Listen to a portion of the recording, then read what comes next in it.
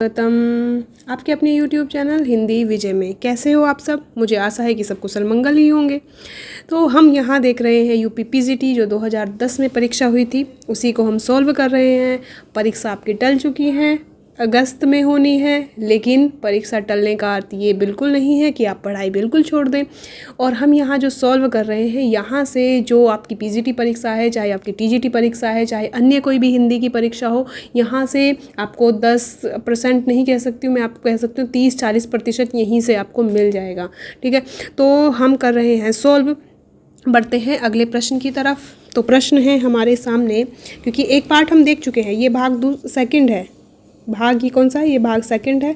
First part अगर नहीं देखा है तो फर्स्ट पार्ट आप ज़रूर देख लीजिएगा, तब उसके बाद ये सेकंड पार्ट देखिएगा। तो ये है हमारा जो सेकंड पार्ट है, 2010 जो परीक्षा हुई थी उसका सेकंड पार्ट है सॉल्व का।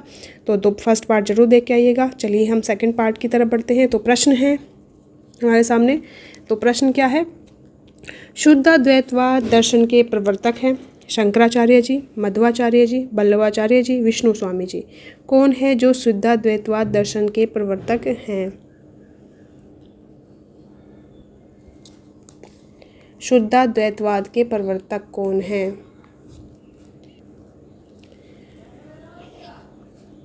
तो कौन है? विष्णु स्वामी जी हमारे शुद्ध द्वैतवाद के प्रवर्तक हैं। और ये जो हैं शंकराचार्य जो हैं, शंकराचार्य जी को भी देख लेते हैं। तो शंकराचार्य किसके हैं? अद्वैतवाद के। मध्वाचार्य जी किसके हैं? द्वैतवाद के। इसी को ब्रह्म संप्रदाय भी कहा जाता है, ब्रह्म संप्रदाय के प्रवर्तक हैं।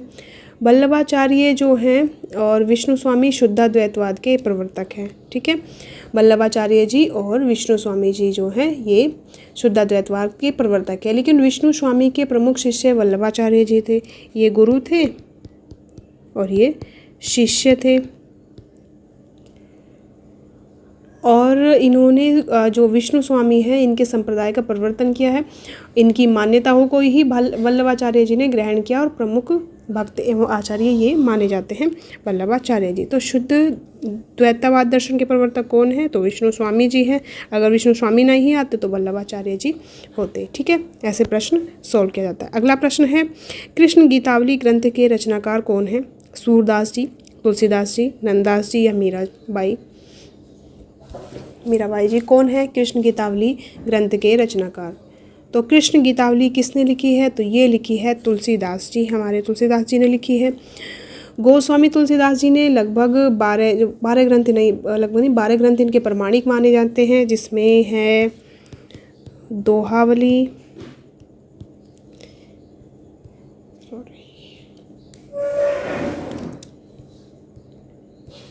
कवित्त रामायण, गीतावली, रामचरितमानस,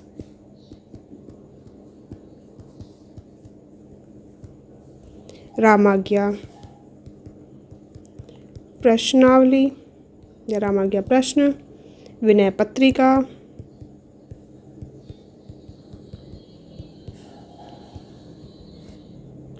रामलला नेहचू,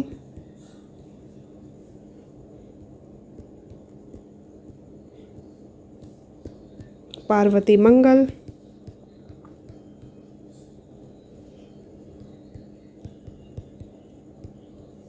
जानकी मंगल,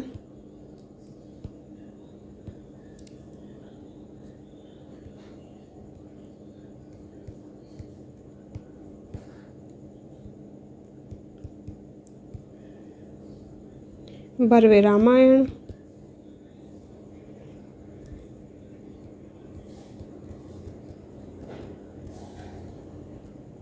वैराग्य संदीपनी,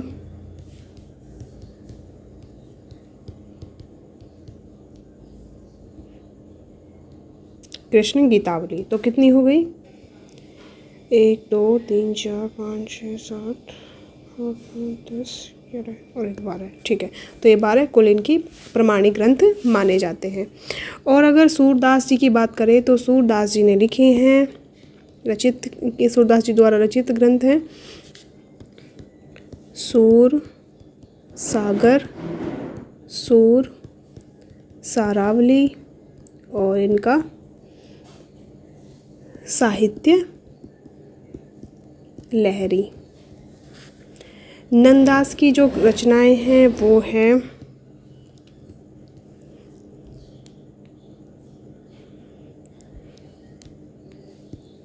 रास पंचाध्यायी,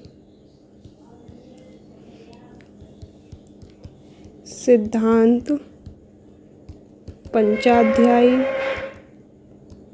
भागवत दशम स्कंद, रुक्मणी मंगल, रूप मंजरी, रस मंजरी, दान लीला, मान लीला, ये इनकी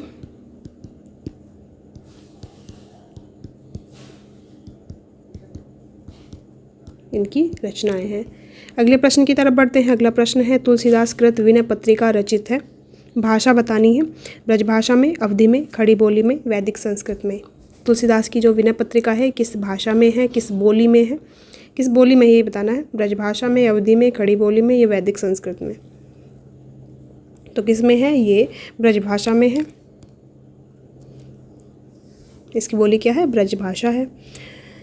तुलसीदास की जो रचनाएं हैं विनय पत्रिका, इसका स्थान बहुत ही महत्वपूर्ण है। काव्य ग्रंथ में 279 पद हैं। यह ब्रजभाषा में लिखी है। तुलसी के राम को जानने के लिए रामचरितमानस को, ये कहा जाता है कि तुलसी के राम को जानने के लिए रामचरितमानस को पढ़ना चाहिए और तुलसी को जानने के लिए विनय पत्रिका पढ़नी चाहिए। और इस ग्रंथ का रस है शांत रस। अगले प्रश्न की तरफ बढ़ते हैं। अगला प्रश्न है निम्नलिखित में कौन सी ऐसी पुस्तक है जो भारत पाक विभाजन पर नहीं लिखी गई है। तमस, आधा गांव, कितने पाकिस्तान, राग दरबारी। 3 इसमें ऐसी रचनाएं हैं जो भारत पाक विभाजन पर लिखी गई हैं और एक नहीं लिखी गई है। कौन सी नहीं लिखी गई है यही बताना है। तो नहीं लिखी गई है राग दरबारी। और जो राग दरबारी है ये श्री लाल शुक्ल जी द्वारा रचित रचना है। और यह रचना क्या है, ये उपन्यास है। इनके द्वारा रचित ये उपन्यास है, लिखित उपन्यास है। कितने पाकिस्तान उपन्यास जो है, ये कितने पाकिस्तान उपन्यास जो है किसका है, कमलेश्वर का है, जिस पर साहित्य अकादमी पुरस्कार मिल चुका है।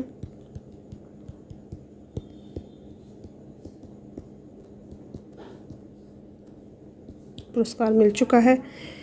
आधा गांव जो है ये राही मासूम रजा का उपन्यास है। आधा गांव उपन्यास जो है। और कितने पाकिस्तान उपन्यास,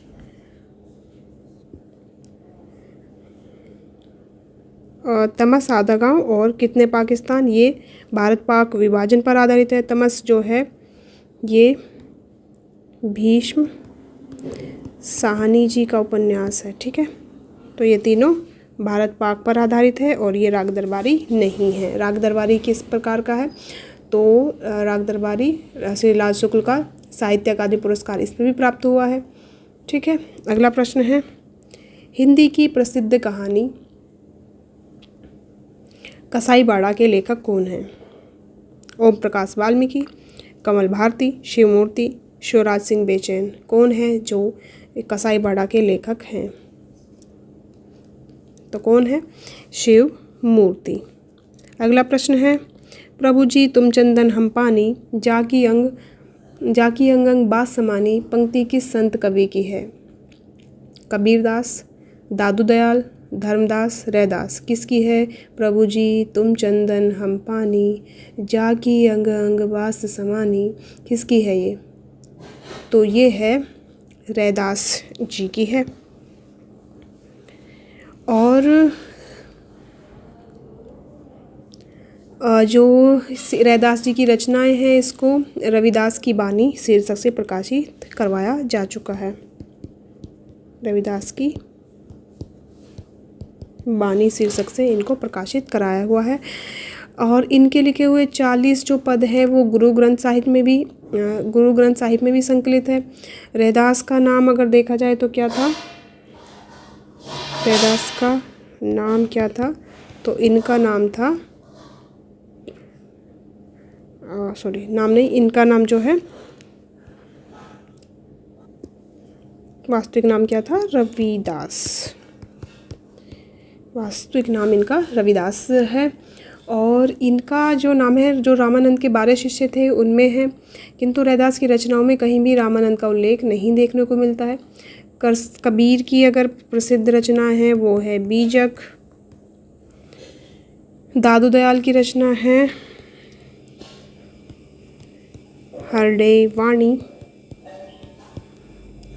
अंगवधु ये इनकी प्रसिद्ध रचनाएं हैं। अगला प्रश्न है, रज्जब अली खां के गुरु थे।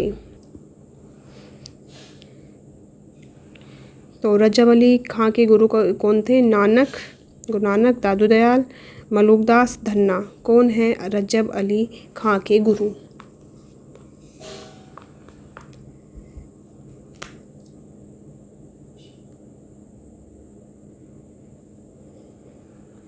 तो कौन है? दादू दयाल जी हैं। दादू दयाल की जो रचनाएं हैं, रचनाओं का संग्रह उनके शिष्य संत दास एवं जगन्नाथ दास ने हरडेवानी शीर्षक से प्रस्तुत किया है। कालांतर में रज्जब ने इसका संपादक किस नाम से किया है? अंगवधु के नाम से किया है। दादू के प्रमुख शिष्य थे रज्जब, सुंदरदास, प्रागदास, जनगोपाल और जगजीवन।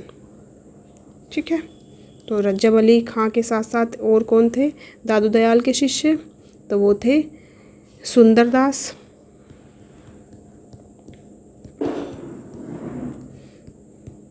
प्रागदास, जनगोपाल, जगजीवन। ठीक है, और इन्हीं जो थे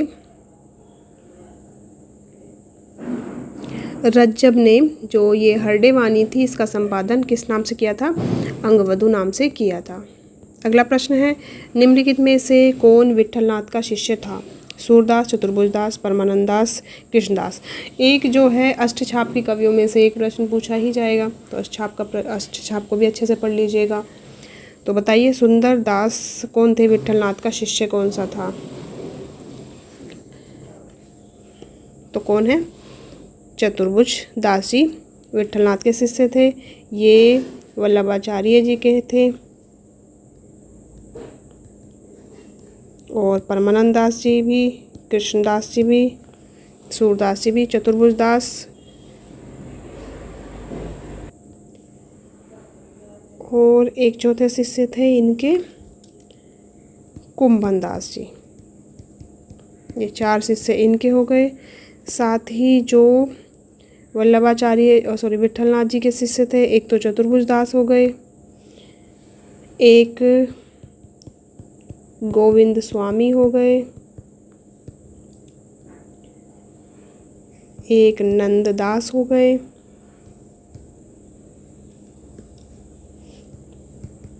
एक नंददास जी हो गए, एक छीत स्वामी जी हो गए और एक चतुर्भुज दास जी हो गए। ठीक है, 4 ये हो गए, इनके 4 ये हो गए, यानी कि 8 जो कवि थे उनको मिलाकर अष्टछाप की स्थापना की थी विठलनाथ जी ने।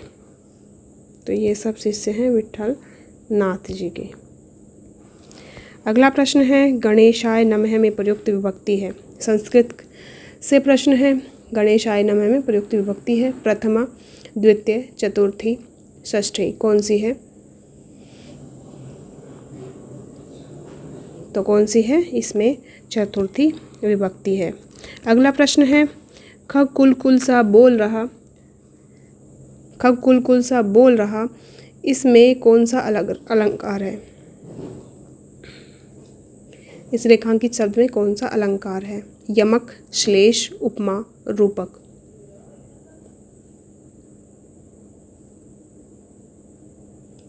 कौन सा अलंकार यहाँ पर होगा? कौन सा है? तो यहाँ पर यमक अलंकार होगा। यमक अलंकार में क्या होता है, जहाँ कोई शब्द है एक से अधिक बार आएगा और इसमें जो है अर्थ जो है अलग अलग होंगे। जिसमें जो पहला कुल है खग कुल, इसमें है कुल का अर्थ है समूह, यानी कि खग यानी कि पक्षियों का समूह। और दूसरे कुल का अर्थ है पक्षी जो मतलब कलरव करते हैं। इसका क्या अर्थ है?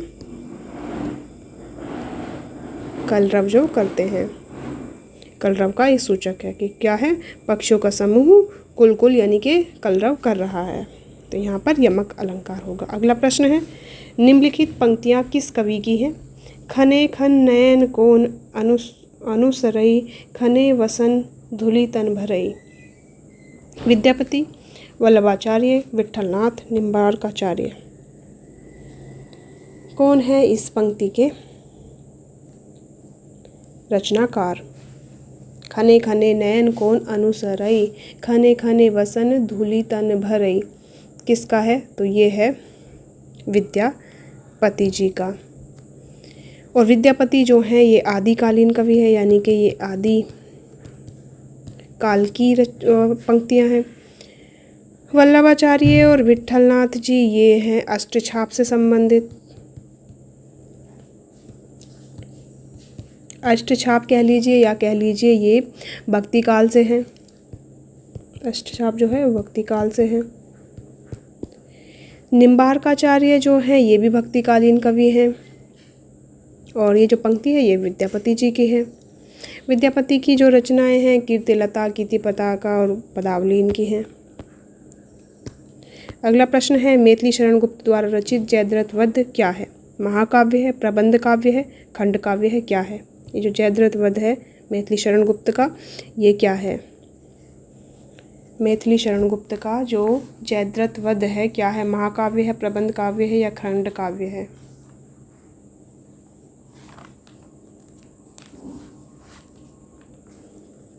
तो जयद्रथ वध है इनका मैथिली शरण गुप्त का खंड काव्य है। अगला प्रश्न है, हिंदी साहित्य में महाप्राण किस कवि के लिए प्रयुक्त होता है? तुलसीदास, निराला, जयशंकर प्रसाद या सूरदास। किसके लिए हिंदी साहित्य में महाप्राण शब्द का प्रयोग होता है? तो किसके लिए होता है? ये होता है निराला के लिए। सूर्यकांत त्रिपाठी निराला के लिए महाप्राण शब्द का प्रयोग किया जाता है कि ये हिंदी साहित्य में महाप्राण है। अगला प्रश्न है, सती चंद्रावली और अमर सिंह राठौर नाटकों की रचना किसने की है? राधाचरण गोस्वामी, बालकृष्ण भट्ट, भारतेंदु हरिश्चंद्र, प्रताप नारायण मिश्र। सती चंद्रावली और अमर सिंह राठौर इन नाटकों की रचना किसने की है? तो किसने की है? ये की है राधाचरण गोस्वामी जी ने। भारतेंदु हरिश्चंद्र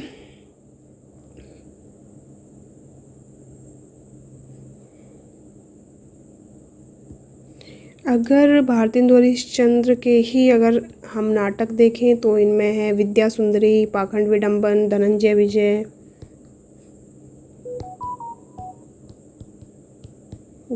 विजय, मुद्रा राक्षस,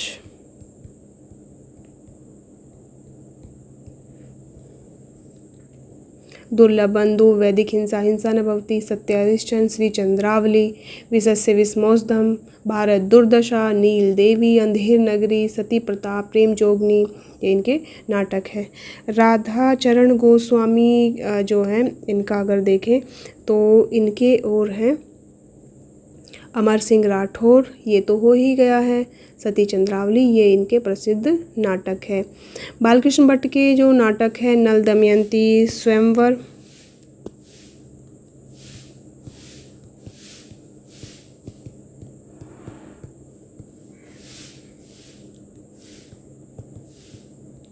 नल दमयंती स्वयंवर,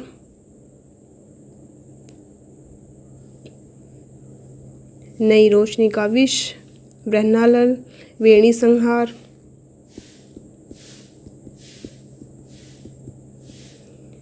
कलिराज की सभा, शिक्षादान, सेल का विकट खेल, बाल विधवा, ये इनके प्रसिद्ध हैं। अगला प्रश्न है, तन पर नहीं लगता पान खाए अलबत्ता का सही अर्थ क्या होगा? बुरी आदत का शिकार होना, झूठा दिखावा करना, बहुत गरीब होना, रोब डालना। तन पर नहीं लगता, पान खाए अलबत्ता। तो इसमें क्या होगा, झूठा दिखावा करना, कि झूठा दिखावत करते हैं। पहनने के लिए शरीर पर एक भी कपड़ा नहीं है, यानी कि ज़रूरत की चीज़ें तो हैं नहीं और विलासिता वाली चीज़ें हैं। अगला प्रश्न है, निम्न पंक्तियों में कौन सा अलंकार है। नाक का मोती अधर की कांति से, बीज दड़िम का समझ कर भ्रांति से, देख कर सहसा हुआ सुख मौन है, सोचता है अन्य सुख यह कौन है। इसमें कौन सा अलंकार है। संदेह, भ्रांतिमान, प्रतीप, निर्दर्शना। और ये जो उदाहरण है, ये उदाहरण बहुत ही प्रसिद्ध है भ्रांतिमान अलंकार के लिए। यही अलंकार, यही जो है अधिकतर दिया जाता है। तो यहाँ पर क्या है, यहाँ पर भ्रांतिमान अलंकार है। अगला प्रश्न है, निम्नलिखित पंक्तियों में कौन सा अलंकार है। एक म्यान में दो तलवारें कभी नहीं रह सकती। किसी और पर प्रेम नारियां पति का क्या सह सकती हैं। एक म्यान में दो तलवारें कभी नहीं रह सकती हैं। किसी और पर प्रेम नारियां पति का क्या सह सकती हैं। तो इसमें कौन सा अलंकार होगा। दृष्टांत, समासोक्ति, विभावना, विरोधाभास। कौन सा अलंकार यहाँ पर होगा।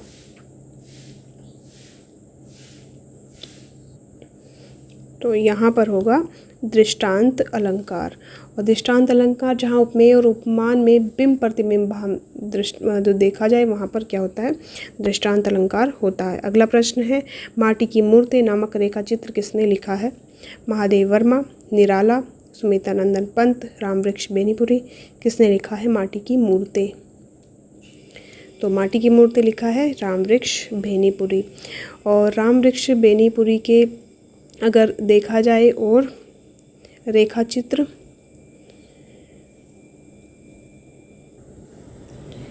संग्रह में अगर देखा जाए तो कौन कौन से हैं। लाल तारा, गेहूं और गुलाब,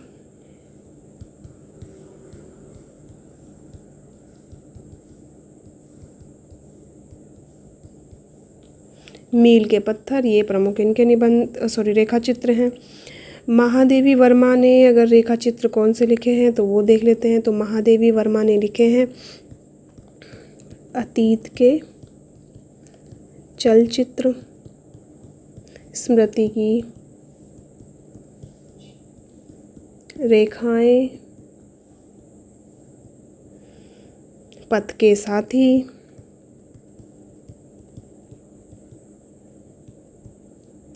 मेरा परिवार।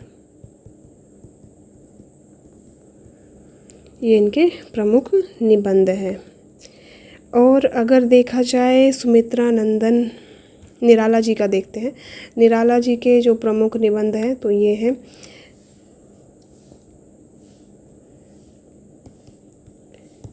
चतुरी चमार,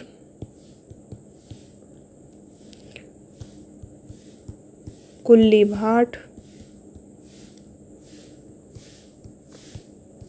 बिल्लेसुर, बकरीहा। ठीक। अगला प्रश्न है, आपका बंटी उपन्यास किसने लिखा है। तो ये सही होगा। आपका बंटी उपन्यास किसने लिखा है। मन्नू भंडारी, निरुपमा सेवती, शिवानी राजी सेठ। किसने लिखा है आपका बंटी उपन्यास। तो आपका बंटी उपन्यास लिखा है मन्नू भंडारी जी ने। मन्नू भंडारी के अगर अन्य रचनाएं देखी जाए, अन्य जो है उपन्यास देखा जाए तो इनका आपका बंटी हो गया। इसमें महाभोज हो गया। साथ ही साथ जो इन्होंने 1 इंच मुस्कान लिखी है, किसके संयोग से, राजेंद्र यादव के संयोग से।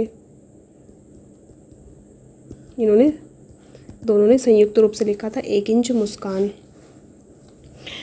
राजी सेठ के अगर उपन्यास देखे जाए तो तत्सम, किसका इतिहास, कृष्ण गली,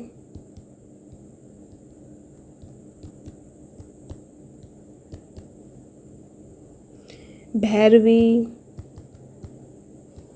विषकन्या, रथ्या, शमशान, चंपा, रतिविलाप, करियक क्षमा, मणिका, ये इनके उपन्यास हैं। निरुपमा सोबती ने कौन कौन से उपन्यास लिखे हैं? तो इन्होंने लिखा है पतझड़ की आवाज़ें, बैठता हुआ आदमी,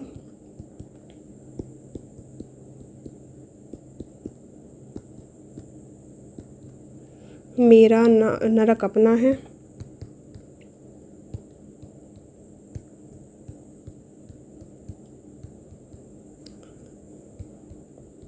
दकहन के पार। अगला प्रश्न है, नई कहानी आंदोलन के प्रमुख कहानीकार कौन हैं? मोहन राकेश, जैनेंद्र, यशपाल, इलाचंद्र जोशी। नई कहानी आंदोलन के प्रमुख कहानीकार कौन हैं? तो कौन है नई कहानी आंदोलन के प्रमुख कहानीकार? तो ये हैं मोहन राकेश जी। मोहन राकेश ने नई कहानी का सूत्रपात किया था 1950 ईस्वी में, 50 ईस्वी के आसपास। और इन्होंने नई कविता की तर्ज पर, किस पर? नई कविता की तर्ज पर इन्होंने नई कहानी का सूत्रपात किया था।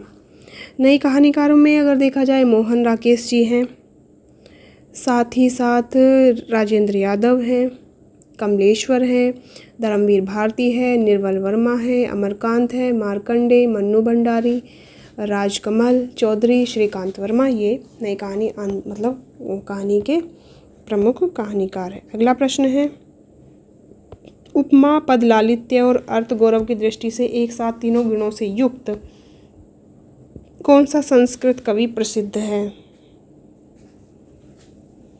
उपमा, पद लालित्य और अर्थ गौरव, इन तीनों से कौन गुणों से कौन युक्त है?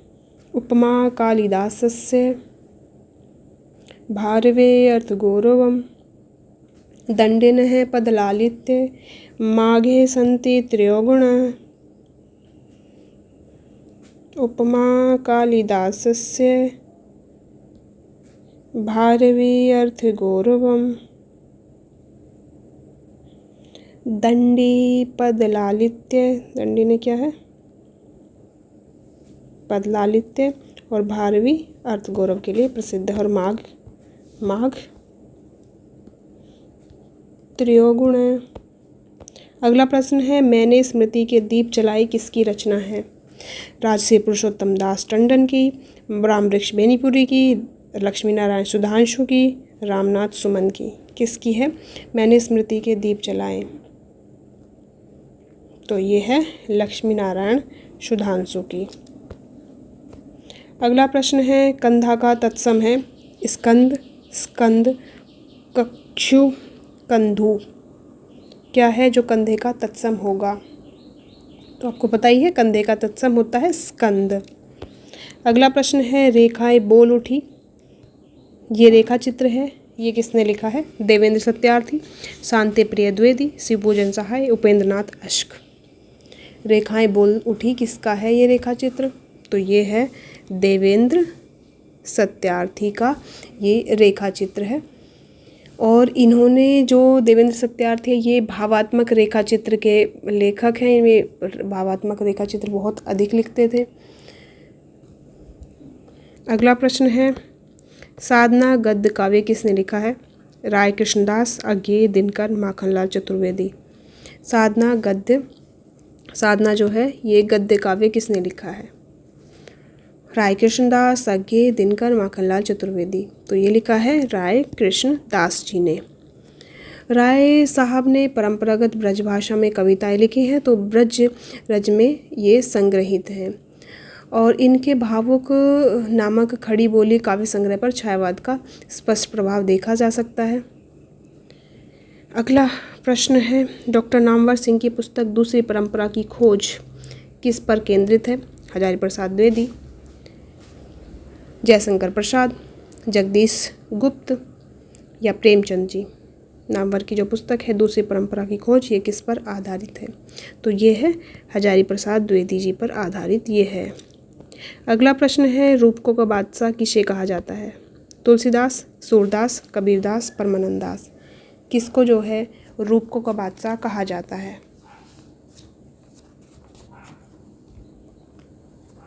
तो कहा जाता है सूरदास जी को। अगला प्रश्न है सूफी प्रेमाख्यानक रचनाओं की भाषा कौन सी है? अवधी, ब्रज, बुंदेली, खड़ी बोली। सूफी प्रेमाख्यानक रचनाओं की भाषा कौन सी है? तो सूफी कवियों ने अपनी जो रचनाएं हैं वो अधिकतर लिखी हैं अवधी भाषा में। जायसी ने पद्मावत में अवधी भाषा का प्रयोग किया है और वहाँ पर वो ठेठ ग्रामीण अवधी में लिखते हैं। उसमें वैसी साहित्यिकता नहीं दिखाई जाती, ना संस्कृत निष्ठता दिखाई पड़ती है जो तुलसी की भाषा में जो विद्यमान थी। जायसी की भाषा में अवधी के लोक प्रचलित मुहावरे और लोकोक्तियों का समावेश हुआ है। तो इसमें जायसी का नाम महत्वपूर्ण देख लेना और इन्होंने ठेठ अवधी का प्रयोग किया है। ठीक है। अगला प्रश्न है नाथ पंथ के प्रणेता कौन थे? आदिनाथ, मच्छंदरनाथ, गोरखनाथ या चुनकरनाथ। तो कौन माने जाते हैं नाथ के प्रणेता? तो ये माने जाते हैं मच्छेंद्रनाथ जी। और आदिकाल में नाथ पंथियों की जो हठ योग साधना आरंभ हुई थी और उस नाथ पंथ को चलाने वाले जो थे मच्छेंद्रनाथ और गोरखनाथ माने जाते हैं। मच्छेंद्रनाथ और गोरखनाथ जी ने इसको जो है नाथ को आरंभ किया था। वे सिद्ध मत्स्यनाथ के शिष्य थे किंतु उन्होंने सिद्धों के मार्ग का विरोध किया था।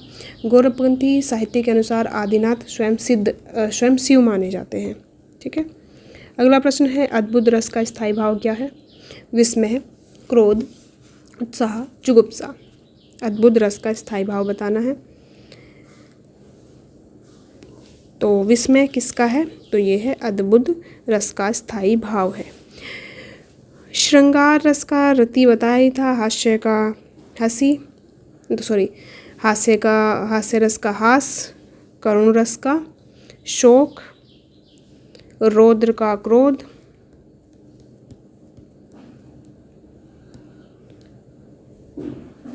वीर का उत्साह, भयानक का भय, विभत्स का जुगुप्सा।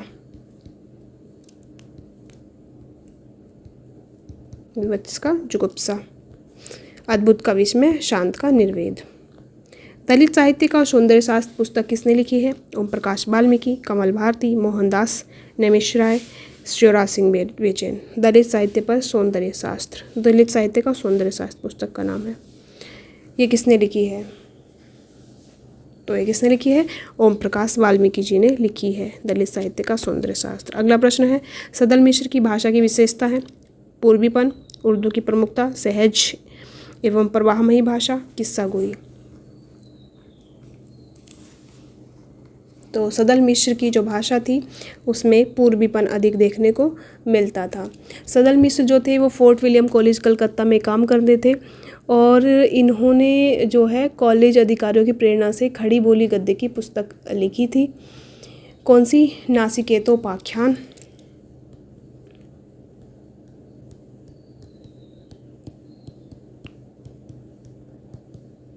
नासिकेतोपाख्यान इन्होंने लिखी थी और ब्रजभाषा के कुछ इन्होंने पूर्वीपन जो था इनकी भाषा में दिखाई देता था। अगला प्रश्न है अंधेरे में कविता किसने लिखी?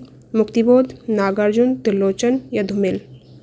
अंधेरे में कविता किसने लिखी है?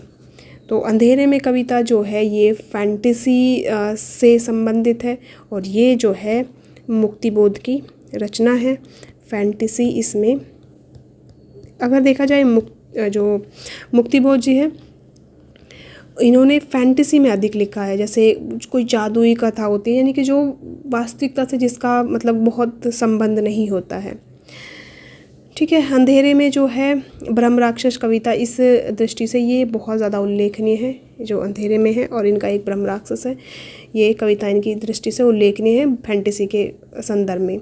चांद का मुँह टेढ़ा, भूरी भूरी खाक धूल इनकी अन्य काव्य कृति है। लिख लेते हैं, चांद का मुँह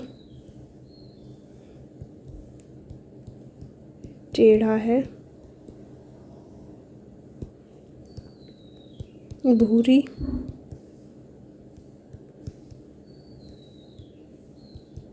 खाक धूल इनकी ये काव्य कृतियाँ हैं। ठीक है। अगला प्रश्न है, प्रयोगवादी कवियों की रचनाएं किस सप्तक में संग्रहित है? प्रयोगवादी कवियों की रचनाएं किस सप्तक में संग्रहित है? तार सप्तक, दूसरा तार सप्तक, तीसरा तार सप्तक, चौथा तार सप्तक। अच्छा देखो, तार सप्तक के संबंध में ये है कि इसमें प्रथम तार सप्तक कहीं आ जाए तो ये आप सोच लीजिएगा गलत। जो प्रथम तार सप्तक था उसका नाम क्या था? तार सप्तक। दूसरे का दूसरा तार सप्तक, तीसरे का तीसरा तार सप्तक और चौथे का चौथा तार सप्तक और प्रथम का तार सप्तक नाम था। तो तार सप्तक जो था 1943 ईस्वी में अज्ञे द्वारा संपादित ये था, अज्ञे ने संपादित किया था और इसी से प्रयोगवाद का आरंभ माना जाता है। अगला प्रश्न है, उज्ज्वल नीलमणि किसका ग्रंथ है? रूप गोस्वामी, विश्वनाथ, वात्स्यायन, केशव मिश्र। उज्ज्वल नीलमणि किसकी रचना है या किसका ग्रंथ है? तो ये है रूप गोस्वामी जी का। अगला प्रश्न है, मैं उस जनपद का कवि हूँ, काव्य रचना किस की है ये? मैं उस जनपद का कवि, नागार्जुन, रांगे राघव, त्रिलोचन, केदारनाथ अग्रवाल।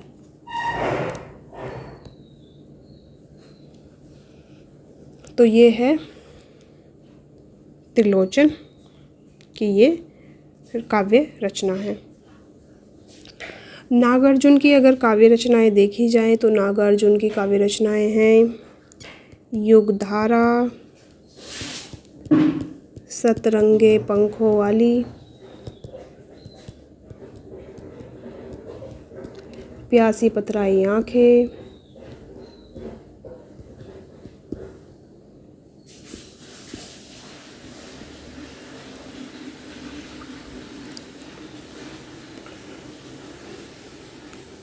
भस्मांकुर तुमने कहा था। ठीक है। और रांगे राघव की अगर देखी जाए तो रांगे राघव की है अजय खंडर,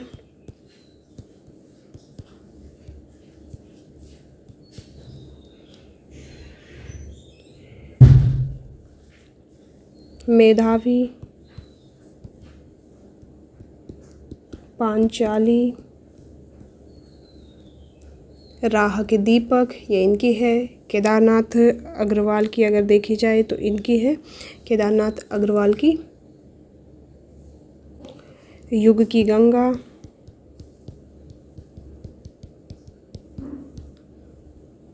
नींद के बादल,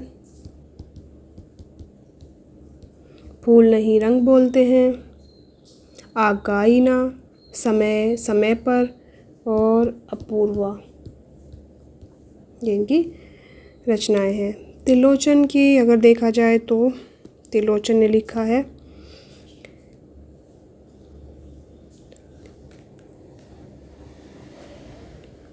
मिट्टी की बारात,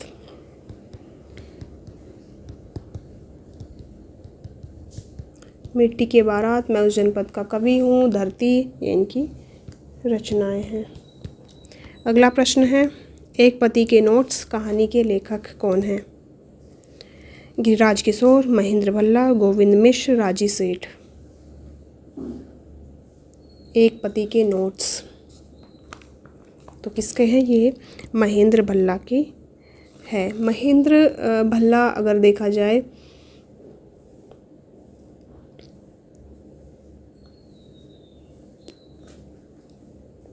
इनके एक पति के नोट्स बहुत ही प्रसिद्ध है। गिरिराज किशोर का कहानी अगर देखा जाए चार मोती, बेआब, नीम के फूल, पेपरवेट, रिश्ता और अन्य कहानियाँ इनके हैं। साथ ही गोविंद मिश्र की। चलिए अगले प्रश्न पर बढ़ते हैं, ज़्यादा हो जाएगा। अगला प्रश्न है, आलवार भक्तों की संख्या कितनी मानी जाती है? 9, 20, 12 या 15? अलवार भक्तों की संख्या कितनी मानी जाती है? तो अलवार भक्तों की संख्या मानी जाती है 12, जिसमें है सरोयोगी, भूतयोगी, भ्रांति योगी, भक्तिसार, षटकोप, मधुर कवि, कुलशेखर, विष्णु चिंत, गोदा, भक्ताग्रेण, मुनिवाहन और परकाल। ये 12 जो थे आलवार भक्त थे। अगला प्रश्न है, प्रेमचंद सामंत का मुंशी पुस्तक के लेखक कौन है? डॉक्टर धर्मवीर भारती, डॉक्टर धर्मवीर भारती अलग है, डॉक्टर धर्मवीर अलग है। विवेकी राय, मुद्रा राक्षस, प्रेमचंद। कौन है प्रेमचंद सामंत का मुंशी? तो ये हैं डॉक्टर धर्मवीर। अगला प्रश्न है, प्रेमचंद द्वारा उर्दू भाषा में लिखा गया उपन्यास बाजारे हुस्न का हिंदी रूपांतरण किस नाम से हुआ था? यह हिंदी रूपांतरण कौन सा है? कायाकल्प, सेवा सदन, गबन, रंगभूमि। कौन सा जो है इनका बाजारे हुस्न का हिंदी रूपांतरण है? तो कौन सा है? सेवा सदन इसका हिंदी रूपांतरण है। प्रेमचंद के जो उपन्यास हैं देख लेते हैं, बहुत ही प्रसिद्ध हैं। तो इनका है प्रेमा, रूठी रानी, सेवा सदन हो गया, वरदान हो गया, कायाकल्प हो गया,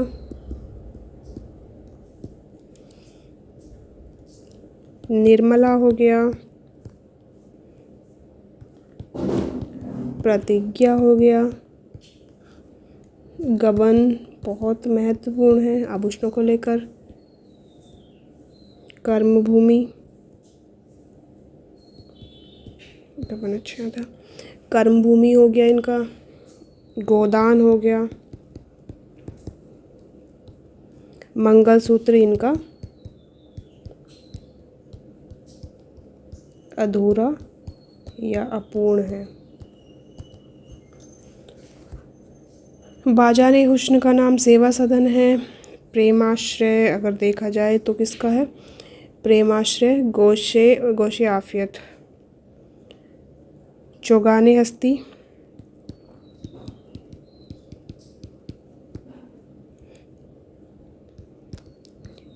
हस्ती रंगभूमि का नाम था। हम खुरवा व हम सबाब प्रेमा का था। ठीक है, प्रेमा का था। वरदान भी है क्या? अगला प्रश्न है, रंगमंच पर पर्दे के पीछे का स्थान क्या कहलाता है? पृष्ठ, मंच, दर्शक दीर्घा, नेपथ्य, कलाकार दीर्घा। रंगमंच पर पर्दे के पीछे का स्थान क्या कहलाता है? तो क्या कहलाता है? ये कहलाता है नेपथ्य। और इसी स्थान को जहाँ पर अभिनेता जो है यहाँ पर वेशभूषा धारण करते हैं। अगला प्रश्न है, प्लाट का मोर्चा शमशेर बहादुर सिंह कृत है। कहानी है ये, संस्मरण है ये, रिपोर्टाज है या यात्रा वृत्तांत है? शमशेर बहादुर सिंह की कौन सी कृति है ये? तो ये है प्लाट का मोर्चा रिपोर्टाज है। अगला प्रश्न है, काला जल उपन्यास के लेखक कौन है? बदियुजमा, रमेश बख्शी, शानी या कृष्णा सोबती? तो काला जल है उपन्यास किसका? शानी द्वारा ये रचित है। कृष्णा सोबती जो है इनके हैं सूरजमुखी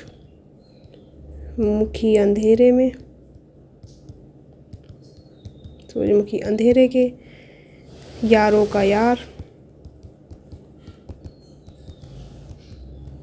मित्रों मरजानी, डार के बिछुड़े, जिंदगी नामा इनकी बहुत प्रसिद्ध है।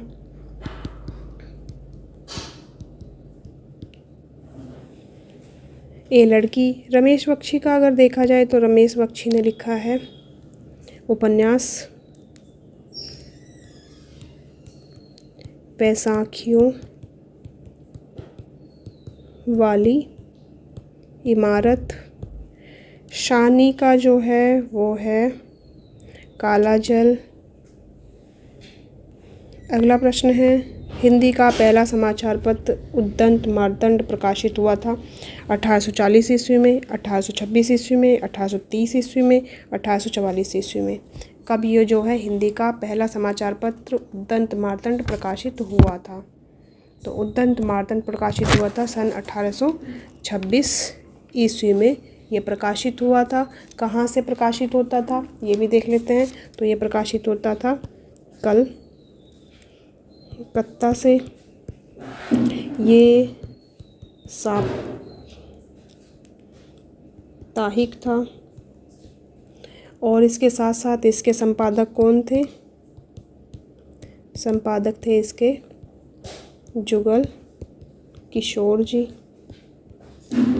अगला प्रश्न है, निम्नलिखित में दिनकर की काव्य रचना नहीं है? हुंकार, कुरुक्षेत्र, उर्वशी, त्रिधारा, कौन सी नहीं है? तो त्रिधारा इनकी नहीं है। त्रिधारा किसकी है? त्रिधारा जो रचना है ये है सुभद्रा कुमारी चौहान की ये रचना है। हुंकार जो है रामधारी सिंह दिनकर की है, रेणुका भी इनकी है, प्रणभंग, रसवंती, कुरुक्षेत्र, परशुराम की प्रतीक्षा, रश्मिरथी, उर्वशी, नील कुसुम, कोयल और कवित, वृत्त तिलक, हारे को हरिराम, इनकी जो है रचनाएं हैं। अगला प्रश्न है, साहित्य लोचन कृति के रचनाकार कौन है? श्याम सुंदर दास, लक्ष्मीकांत वर्मा, रामकुमार वर्मा, अशोक वाजपेयी। साहित्य लोचन तो ये किसकी है? साहित्य लोचन ये है श्याम सुंदर दास जी की रचना है। श्याम सुंदर दास की अन्य आलोचनिक कृतियाँ हैं रूपक रहस्य, हिंदी भाषा का विकास, भाषा रहस्य, हिंदी भाषा और साहित्य, हिंदी गद्य के निर्माता, ये 2 भाग में है। लक्ष्मीकांत वर्मा की अगर देखी जाए तो लक्ष्मीकांत वर्मा की आलोचनात्मक कृति है नई कविता के प्रतिमान, नए प्रतिमान, पुराने निकष। अशोक वाजपेयी की जो है आलोचनात्मक कृति हैं फिलहाल, कुछ पूर्वाग्रह, कविता का गल्प, ये इनकी आलोचनात्मक कृति है। अगला प्रश्न है, जयशंकर प्रसाद द्वारा रचित गीति नाट्य कौन सा है? राजश्री, विशाख, करुणालय, ध्रुव स्वामिनी, कौन सा जो है इनका गीति नाट्य है? तो इनका करुणालय ये गीति नाट्य है। जयशंकर प्रसाद ने जो नाटक लिखे हैं वो हैं विशाख, विशाख बिनी का है, अजातशत्रु, कामना, जन्मेजय का नागयज्ञ, स्कंदगुप्त, एकगुट, चंद्रगुप्त, ध्रुव स्वामिनी। और जो कर्णालय है ये गीति नाट्य के अंतर्गत आता है। अगला प्रश्न है, राम रक्षा स्तोत्र रचना के लेखक कौन है? केशव, नाभादास, ईश्वरदास या रामानंद। राम रक्षा स्तोत्र के लेखक कौन है? तो कौन है? रामानंद जी इसके लेखक हैं। स्वामी जो रामानंद है संस्कृत के पंडित थे। वैष्णव मताब्ज भास्कर और श्री रामार्जन पद्धति इनकी सुप्रसिद्ध ग्रंथ है। रामानंद द्वारा जो रचित ये राम रक्षा स्तोत्र की सूचना काशी नागरी प्रचारणी सभा के खोज विवरण में दी गई है और उसके प्रकाशन होने पर इनका हिंदी काव्य सामने आ सका था। केशवदास द्वारा जो रचित है इनके ग्रंथ हैं रसिक प्रिया, कवि प्रिया, रामचंद्रिका, विरह सिंह चरित, विज्ञान गीता, रत्न बावनी, जहांगीर जस चंद्रिका। नाभादास की रचनाएं हैं भक्तमाल और ईश्वरदास की है सत्यवती कथा, भरत मिलाप और अंगद पेज। अगला प्रश्न है, सुजान विनोद के रचनाकार कौन है? घनानंद, देव, पद्माकर, मतीराम। सुजान विनोद के लेखक कौन है? तो सुजान विनोद के लेखक कौन है? तो सुजान विनोद के लेखक हैं देव। कवि की देव की जो है 72 के लगभग रचनाएं बताई जाती हैं, 15 ही उपलब्ध हैं जिसमें से भाव विलास, अष्टयाम,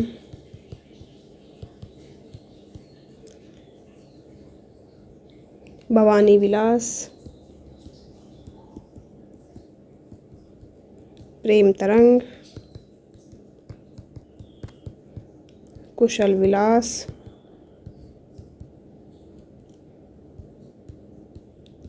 जाति विलास, देवचरित्र, रस विलास, प्रेम चंद्रिका, सुजान विनोद, काव्य रसायन, सुख सागर तरंग, राग रत्नाकर, देवी शतक, देवी माया प्रपंच इनकी रचनाएं हैं।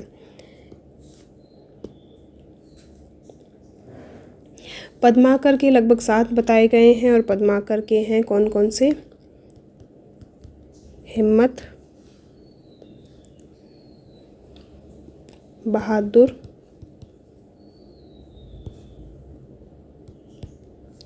विरुदावली, पद्माभरण, जगत विनोद, प्रबोध पचासा, गंगा लहरी, प्रताप सिंह, विरुदावली और कली पचीसी। मतीराम के 8 लगभग ग्रंथ बताए गए हैं, जिसमें से फूल मंजरी,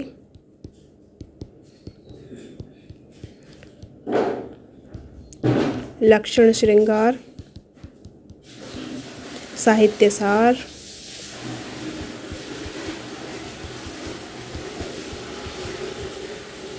रसराज, ललित ललाम इनकी बहुत प्रसिद्ध है, सतसई श्रृंगार, पंचाशिका, वृत्तकौमुदी है।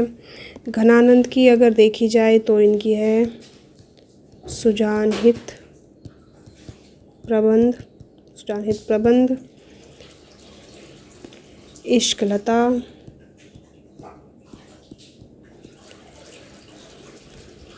ठीक है। अगला प्रश्न है, चिंतामणि द्वारा रचित प्रबंध काव्य है? कृष्णचरित, काव्य प्रकाश, श्रृंगार मंजरी, रसविलास। कौन सा है जो चिंतामणि द्वारा रचित है, प्रबंध काव्य है? कृष्णचरित, काव्य प्रकाश, श्रृंगार मंजरी, रसविलास। तो चिंतामणि द्वारा रचित 9 ग्रंथ बताए जाते हैं, जिसमें रसविलास,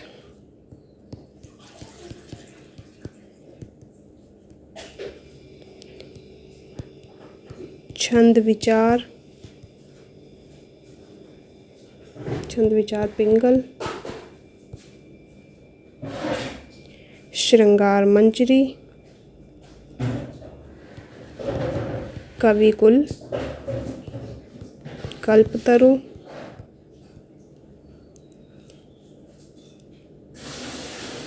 कृष्ण चरित,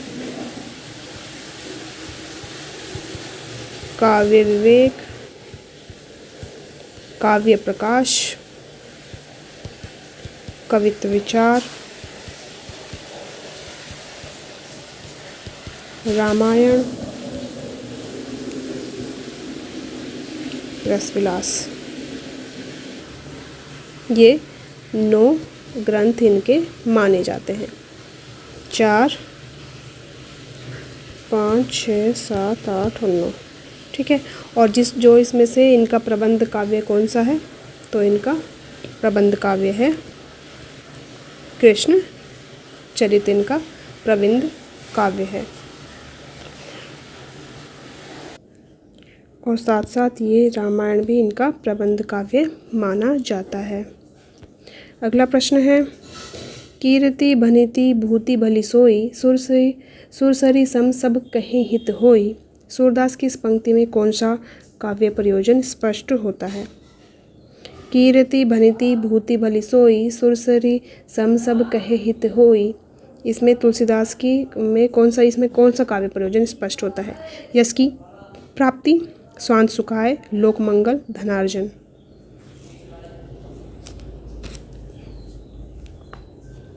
तो इसमें लोकमंगल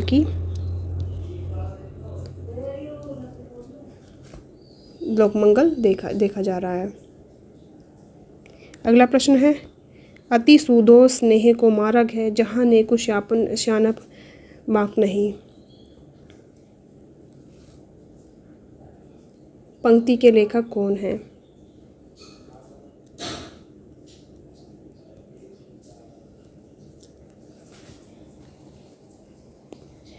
मतीराम, देव, घनानंद, बिहारी। कौन है इसके लेखक, तो ये है घनानंद की ये पंक्ति है। घनानंद जो है ये रीति मुक्त काव्यधारा के श्रृंगारी कवि हैं।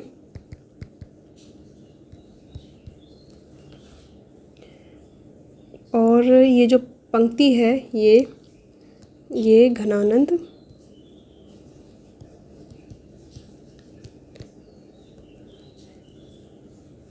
की कविता का सरस उदाहरण है।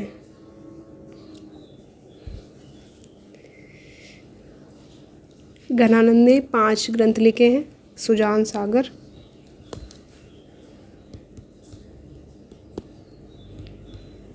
सुजान सागर,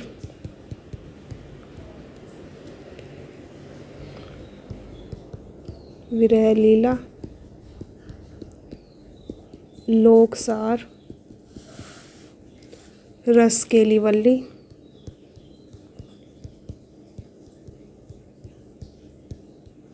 और 5वीं है कृपाकांड। अगला प्रश्न है, सरहपा को हिंदी का प्रथम कवि कौन मानते हैं? राम कुमार वर्मा, आचार्य रामचंद्र शुक्ल, हजारी प्रसाद द्विवेदी या राहुल सांकृत्यायन जी। सरहपा को प्रथम कवि कौन मानते हैं? तो कौन मानते हैं? राहुल सांकृत्यायन जी सरहपा को प्रथम कवि स्वीकार करते हैं। और राम कुमार वर्मा जो हैं, राम कुमार वर्मा किसको मानते हैं? स्वयंभू को मानते हैं। सरहपा जो हैं ये 7वीं शताब्दी में थे। सरहपा ये 7वीं शताब्दी में थे।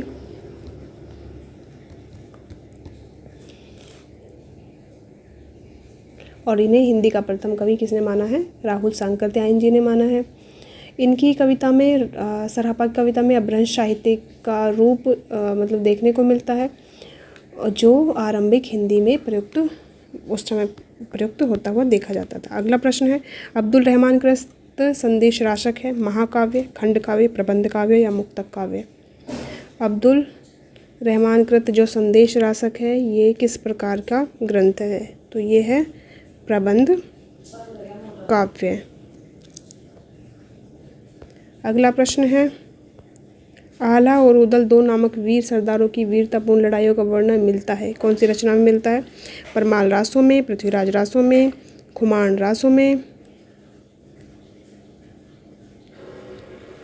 हमीर रासों में? किस में मिलता है?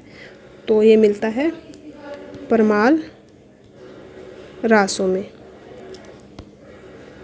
परमाल रासों किसकी है? तो ये है, लिख लीजिएगा, जगनिक की रचना है ये। जो महोबा के राजा परमारिदेश के आश्रित था। और इसमें आला उदल नामक 2 वीर सरदारों की वीरतापूर्ण लड़ाई का वर्णन है। पृथ्वीराज रासो इसमें जो है चंद बरदाई की रचना है।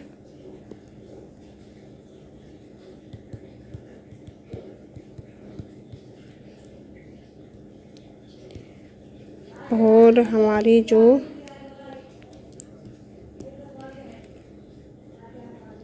हमीर रासो है ये शारंगधर की है। अगला प्रश्न है, निम्नलिखित में शुद्ध वर्तनी वाला शब्द है? सदृश्य, सदृश, सदृश्य, सदृश। कौन सा जो है वो सही है? तो इसमें से शुद्ध कौन सा है? ये वाला सदृश्य। अगला प्रश्न है, गोद में लड़का शहर भर में ढिंढोरा मुहावरे का सही अर्थ क्या होगा? छोटे शिशु को तलाशना, अत्यधिक शरारती बालक, पास में वस्तु रहते हुए चारों ओर खोजना, छोटे बालकों की प्रशंसा करना। अगर इसे देखा जाए तो ऐसे भी बोला जाता है, गोद में छोरा और शहर में ढिंढोरा, ऐसा भी कुछ बोला जाता है। ठीक है, तो इसका क्या होगा? पास में वस्तु रहते हुए चारों ओर खोजना। अगला प्रश्न है, ओ औ किस प्रकार के वर्ण हैं? तालव्य, मूर्धन्य, दंतोष्ठ्य या कंठोष्ठ्य? तो ये है और ओ और औ कंठोष्ठ्य। क्यों? ये मिलकर बनते हैं ए धन ऊ से, या इसमें ऐसे लिख लीजिए।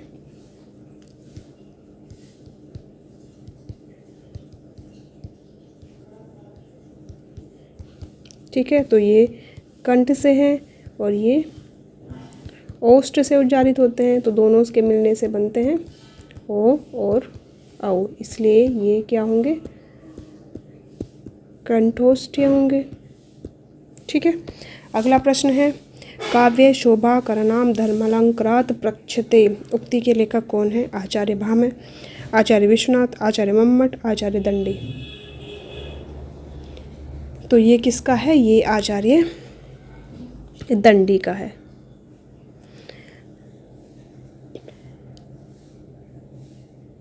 इन्होंने कहा है कि काव्य की शोभा विधायक धर्म का नाम अलंकार है। अगला प्रश्न है निम्नलिखित में कौन सा अर्थ शब्द का विलोम है? इति, आदि, अंत या प्रारंभ। अर्थ शब्द का विलोम कौन सा है? तो अर्थ का अर्थ होता है आरंभ और इसका विलोम होगा इति, यानी कि समाप्त या अंत। ठीक है, अगला प्रश्न है निम्नलिखित में कौन शाश्वत शब्द का विलोम है? मृत्यु, मृत्य, नश्वर, क्षणिक। शाश्वत शब्द का विलोम बताना है। अच्छा, विलोम के बारे में ये खास बात होती है कि जिस प्रकार का शब्द होता है, जैसे तत्सम है तो तत्सम में बताना पड़ता है, तद्भव है तद्भव में बताना पड़ता है, यानी कि जिस प्रकार का शब्द हो उसी में उसका विलोम शब्द बताया जाता है। तो कौन सा होगा?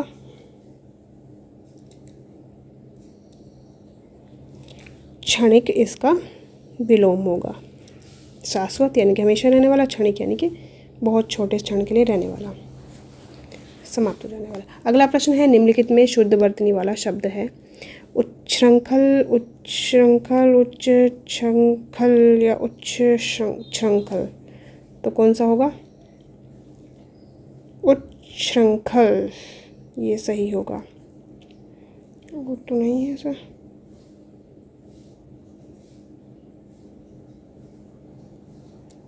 अच्छा, तो ये भी सही होगा। ठीक है, लेकिन सही ये होगा, इसमें ऐसे लिख लीजिएगा तो ये सही होगा। ठीक है, अगला प्रश्न है निम्नलिखित में शुद्ध वर्तनी वाला शब्द है? ज्योत्सना, ज्योत्सना, ज्योत्सना, ज्योत्सना।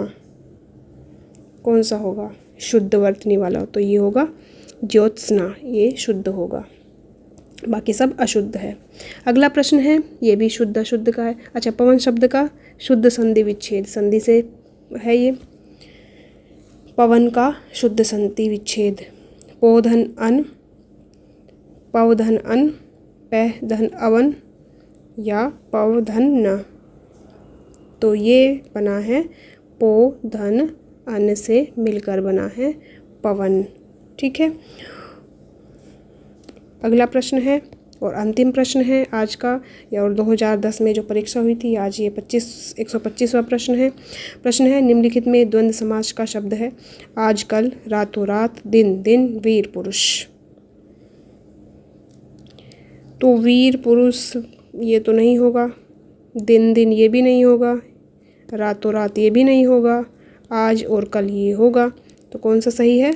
आज और कल ये द्वंद्व समास का उदाहरण है। द्वंद्व का अगर देखा जाए अर्थ क्या होता है? जहाँ पर भी आपको जोड़ा दिखे, युग्म दिखे, या जैसे बोल सकते हैं ना, जैसे माता पिता, भाई बहन, यानी कि या तो दो जो है द्वंद्व दिखे या उनमें बहुत ज़्यादा संयोग दिखे, तो वहीं पर द्वंद्व समास होता है। ठीक है, और अगर देखा जाए यहाँ पर ये जो योजक चिन्ह होता है, यहाँ की जगह और अथवा या लगता है, मतलब और या लग जाएगा, तो आप देख लीजिएगा वो वहाँ पर द्वंद्व समास होगा। ठीक है। तो आज के लिए इतना ही। कैसी लगी क्लास ज़रूर बताइएगा। क्लास अच्छी लगी तो लाइक कर लीजिएगा, सब्सक्राइब कर लीजिएगा अब तक नहीं किया है तो, और कमेंट कर दीजिएगा प्यारा सा। तो आज के लिए इतना ही, धन्यवाद। कल फिर मिलते हैं।